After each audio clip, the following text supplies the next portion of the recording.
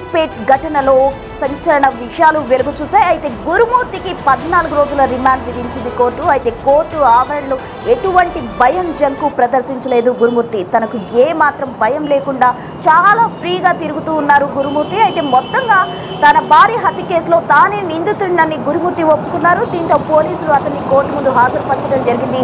14 రోజుల రిమాండ్ అయితే కోర్టు విధించిన పరిస్థితి. అయితే కోర్టులో జడ్జి అడిగిన ప్రశ్నలకు ఏమాత్రం భయం బెరుకు లేకుండా గురుమూర్తి సమాధానం చెప్పారు. అంత మాత్రమే కాకుండా న్యాయవాదిని పెట్టుకుంటావా అని జడ్జి అడిగిన ప్రశ్నకు తనకు అవసరం లేదని జైల్లోనే ఉంటా అంటూ కూడా గురుమూర్తి చెప్పిన పరిస్థితి కనిపిస్తుంది. అయితే మొత్తంగా జైల్లోనే ఉండడానికి గురుమూర్తి ఇష్టపడ్డాడు తప్ప న్యాయవాదిని కూడా పెట్టుకోవడానికి ఇష్టపడిన పరిస్థితి కనిపిస్తుంది. మరోవైపు భార్య మాధవిని హత్య చేసిన చోటే పిల్లలతో కలిసి గురుమూర్తి ఉన్నారు. పిల్లలు అమ్మ ఏది అని అడిగిన ప్రశ్నకు గురుమూర్తి వస్తుంది అని చెప్పడం, ఇల్లంతా కంపు కొడుతుంది అని చెప్పినప్పుడు కూడా ఎయిర్ ఫ్రెషనర్స్తో అలాగే కెమికల్స్ తోటి దుర్వాసన రాకుండా మొత్తంగా బెడ్రూమ్కి అయితే తాళం వేసిన పరిస్థితి కనిపిస్తుంది. పిల్లలకు ఏమాత్రం అనుమానం రాకుండా గురుమూర్తి భార్యని ఎక్కడైతే హత్య చేశాడో అక్కడే పిల్లలతో కలిసి ఉన్న పరిస్థితి వెలుగు చూసింది. అయితే మొత్తంగా మీర్పేట ఘటనలో అయితే సంచలన విషయాలు వెలుగు చూశాయని చెప్పుకోవచ్చు. సూక్ష్మదర్శిని అనే సినిమా చూసి ఈ విధంగా హత్యకు పాల్పడి బాడీని డిస్పోజ్ చేసినట్లు కూడా గురుమూర్తి పోలీసుల విచారణలో వెల్లడించడం జరిగింది. దీనికి సంబంధించి పూర్తి వివరాలు మా ప్రతినిధి సాగర్ అందించేందుకు సిద్ధంగా ఉన్నారు. సాగర్, చెప్పండి, మీర్పేట ఘటనకు సంబంధించి ఇప్పటికే పోలీసులు గురుమూర్తిని కోర్టు ముందు హాజరుపరచడం జరిగింది. అసలు కోర్టు ఆవరణలో ఏం జరిగింది, జడ్జి ఏం తీర్పిచ్చారు?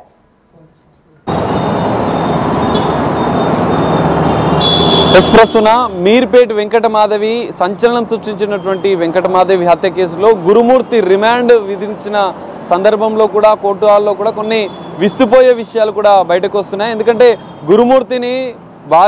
గురుమూర్తి సొంత భార్యని అతి కిరాతకంగా దారుణంగా ముక్కలు చేసి హత్య చేసి ఆనవాళ్లు లేకుండా చేసిన ఈ కేసులో గురుమూర్తిని పోలీసులు రిమాండ్ తరలించిన సందర్భంలో కూడా ఇటు పోలీసులు తరలించే సందర్భంలో కూడా ఆయన ధైర్యంగా ముందుకు వెళ్తూ కోర్టు హాల్లో కూడా చాలా ఫ్రీగా తిరుగుతూ కోర్టు అడిగిన ప్రశ్నలకు కూడా తన సులువుగా ధైర్యంగా ఎలాంటి భయం లేకుండా సమాధానం చెప్పినట్టుగా కూడా ఈ సంచలన విషయాలు కూడా బయటకు వస్తున్న పరిస్థితి కూడా కనిపిస్తుంది. అయితే 14 రోజుల రిమాండ్ విధించింది. రంగారెడ్డి 6వ అదనపు జ్యుడిషియల్ ఫస్ట్ క్లాస్ మెజిస్ట్రేట్ అడిగిన ప్రశ్నలకు కూడా తాను సమాధానం ఎలాంటి భయం లేకుండా చెప్పాడు.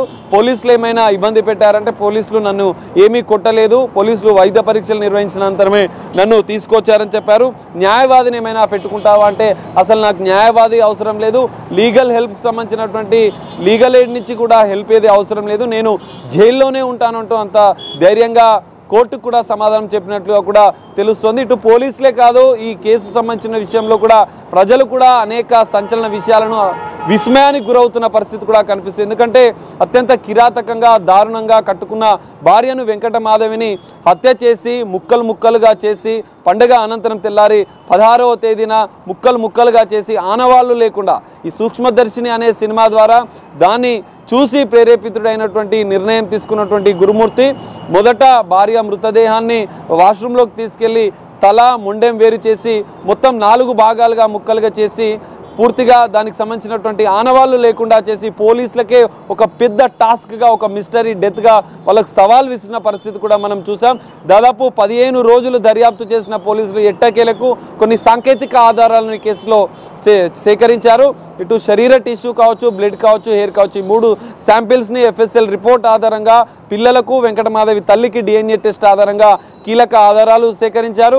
ఇటు హత్యకు వాడినటువంటి వస్తువులను కూడా ఈ కేసులో ఎవిడెన్స్గా కూడా పోలీసులు కోర్టు ముందు ప్రవేశపెట్టారు. అయితే కోర్టు ముందు ప్రవేశపెట్టిన సందర్భంలో కూడా ఇలాంటి విస్తుపోయే అంశాలు బయటకు వచ్చాయి. అంటే రాచకొండ కమిషనర్ సుధీర్ బాబు ప్రెస్ మీట్లో కూడా ఇంత దారుణమైనటువంటి నరహంతకుని రాక్షస రూపమైనటువంటి గురుమూర్తి ఇంత దారుణంగా హత్య చేశాడని మేము కూడా ఊహించలేము, అసలు హత్య జరిగిన తీరుని కూడా మేము పూర్తిగా వర్ణించలేకపోతున్నామంటూ ఆయనే ఆశ్చర్యాన్ని కూడా వ్యక్తం చేసిన పరిస్థితి కూడా మనం చూసాం. అయితే ఇక్కడ మరో కీలక అంశం, వెంకటమాధవిని హత్య చేసిన అనంతరం కూడా 2 పిల్లలు తన సోదరి బడంగపేటలో ఉన్నటువంటి సోదరి ఇంట్లో ఉన్న 2 పిల్లలని పాప బాబుని కూడా ఇటు గురుమూర్తి హత్య జరిగిన అనంతరం అత్యంత దారుణంగా కిరాతకంగా హత్య చేసినటువంటి అదే ఇంటికి జిల్లెలగూడలో ఉన్నటువంటి అదే ఇంటికి పిల్లల్ని కూడా తీసుకొచ్చినట్లుగా కూడా తెలుస్తుంది. ఇంత కిరాతకంగా హత్య చేసినటువంటి గురుమూర్తి మరి పిల్లల్ని ఎందుకు ఇంట్లోకి తీసుకొచ్చాడు? 2 రోజులు పిల్లల్ని ఇంట్లోనే ఉంచినట్లుగా కూడా పోలీసుల విచారణలో తేలింది. అయితే అమ్మమ్మ ఇంటి దగ్గర నుంచి వాళ్ళ సోదరి ఇంటి దగ్గర నుంచి తీసుకొస్తున్న తరము పిల్లలకి అల్పారం టిఫిన్ చేయించిన అనంతరం ఇంటికి తీసుకొచ్చాడు. ఇంటికి రాగానే పిల్లలు అనేక మార్లు తల్లి గురించి అడిగారు. కానీ ఎన్నిసార్లు తల్లి గురించి అడిగినా డిఫరెంట్ సమాధానాలు చెప్తూ పిల్లల్ని మరిపించే ప్రయత్నం చేస్తున్నటువంటి గురుమూర్తి చేస్తున్నట్లుగా కూడా గుర్తించారు. అనంతరం వాళ్ళు ఫుడ్ అడిగినా కూడా ఆన్లైన్లో ఆర్డర్ చేసి పిల్లలకు అదే ఇంట్లో తినిపించినట్లుగా కూడా తెలిసింది. ఇల్లంతా దుర్వాసన వస్తుంది నాన్న, మరి అమ్మ ఏది అని అడిగినా కూడా ఆ దుర్వాసన పోయేందుకు కూడా కొన్ని రూమ్ ఫ్రెషర్ లాంటి కెమికల్స్ కూడా వాడినట్లుగా కూడా తెలుస్తుంది. ఈ మొత్తం సంచలనం రేపించినటువంటి ఈ కేసులో ఇటు హత్య చేసిన ఉదంతం ఒక ఎత్తు అయితే రిమాండ్ తరలించిన ఇప్పుడు చెల్లపల్లి జైలుకు తరలించారు పోలీసులు. 14 రోజుల జ్యుడిషియల్ రిమాండ్ విధించిన అనంతరం కూడా ఇటు రిమాండ్ రిపోర్ట్లో కూడా కొన్ని సంచలన విషయాలు కూడా పోలీసులు స్పష్టం చేసినట్లుగా కూడా తెలుస్తుంది. హత్య జరిగిన ఉదంతం ఏదైతే గురుమూర్తి వెంకటమాధవ్ని ఎందుకు హత్య చేయాలనుకున్నాడు, హత్య చేసిన తీరును కూడా పూర్తిగా వివరించిన పరిస్థితి కూడా రిమాండ్ రిపోర్ట్లో కూడా పేర్కొన్న పరిస్థితి కనిపిస్తుంది. ఇంత సంచలనం రేచిన కేసులో ఇటు హత్య ఉదంతం ఒక ఎత్తు అయితే హత్య అనంతరం రిమాండ్ తరలించే క్రమంలో కూడా గురుమూర్తి ప్రవర్తన అనేది అందరినీ ఆశ్చర్యానికి గురి చేస్తుంది. విస్తుపోయి కొంచెం కూడా పాశ్చాత్తాపం లేకుండా కట్టుకున్న భార్యను అత్యంత దారుణంగా కిరాతకంగా ముక్కలుగా నరికి ఆనవాళ్లు లేకుండా చేసిన గురుమూర్తిలో ఒక్క 1% కూడా కొంచెం కూడా పాశ్చాత్తాపం బాధ లేదు అని కూడా పోలీసులు ఆశ్చర్యపోతున్న పరిస్థితి కూడా కనిపిస్తుంది. రిమాండ్ తరలించానంతం తాను జైల్లోనే ఉంటాను, నాకు అడ్వకేటు నహాయసాయం అసలే అవసరం లేదు అంటే బయటికి వెళ్తున్న సందర్భంలో కూడా అదే విధంగా ప్రవర్తించినట్లుగా కూడా పోలీసుల ద్వారా తెలుస్తుంది. మరి జైల్లోనే ఉంటాను, నేను ఎన్ని రోజులైనా నాకు ఏ శిక్ష పడినా నేను అనుభవిస్తాను, నేను హత్య చేసింది మాత్రం వాస్తవమే అని ఒప్పుకున్నటువంటి గురుమూర్తి ఇటు రిమాండ్ తరలించే క్రమంలో కూడా ఇలాంటి ప్రవర్తనను ఇటు పోలీసులు కూడా ఎక్స్పెక్ట్ చేయలేదు. అటు కోర్టు హాలు కూడా నిశ్శబ్ద వాతావరణంలో ఉంది. సమాధానాలు చెప్తున్న తీరులో కావచ్చు, తనకు న్యాయ సాయం అవసరమే లేదు, నేను జైల్లోనే ఉంటానంటూ గురుమూర్తి ప్రవర్తించిన తీరు కూడా ఆశ్చర్యానికి గురి చేస్తుంది.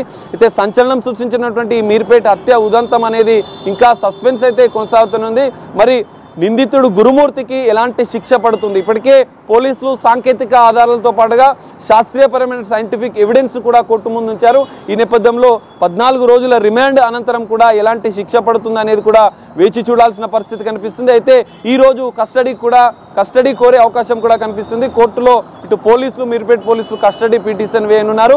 గురుమూర్తిని 10 రోజుల కస్టడీకి అడుగున్నారు. ఎందుకంటే ఇంత దారుణమైనటువంటి హత్యలో మరిన్ని ఆధారాలను సేకరించాలన్న ఉద్దేశంతో పోలీసులు ఉన్నారు. మరిన్ని కీలక ఆధారాలు సేకరించిన అనంతరం కూడా ఫాస్ట్ ట్రాక్ కోర్టు ద్వారా నిందితుడికి కఠిన శిక్ష పడే విధంగా కూడా తాము విచారణ దర్యాప్తు చేయాల్సిన అవసరం ఉందని చెప్పి పోలీసులు చెప్తున్నారు. మరి గురుమూర్తిని ఎన్ని రోజులకు కస్టడీ ఇస్తారు? కస్టడీ ఇచ్చిన అనంతరం కూడా మరిన్ని సంచలన విషయాలు ఈ కేసులో బయటపడతాయి అనేది కూడా మనం వేచి చూడాల్సిన పరిస్థితి అయితే కనిపిస్తుంది.